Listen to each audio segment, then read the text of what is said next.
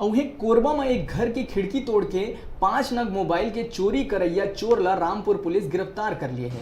संगे संग चोर कनाले मोबाइल ला घलो बरामद कर लिए गए हैं।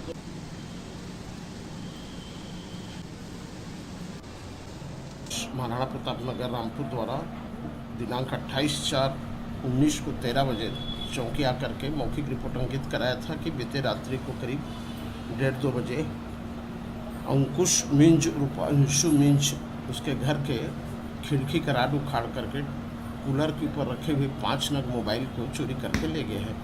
इस रिपोर्ट पर विधिवत अपराध क्रमांक 235/19 धारा 457 380 कायम करके विवेचना कार्रवाई की जा रही थी। उक्त आरोपी अंशु उर्फ अंकुश घटना के बाद से फरार था, जिसे कल रात में दबिश देकर उसके निवास स्थान से पकड़ा गया है। पूछताछ की गई है। पूछताछ पर उक्त सभी मोबाइल उसके मेमोरेंडम पर जब्त कर लिया गया है और आज उसे गिरफ्तार करके जुडिशियल रिमांड पर विधिक न्यायालय में पेश किया जा रहा है।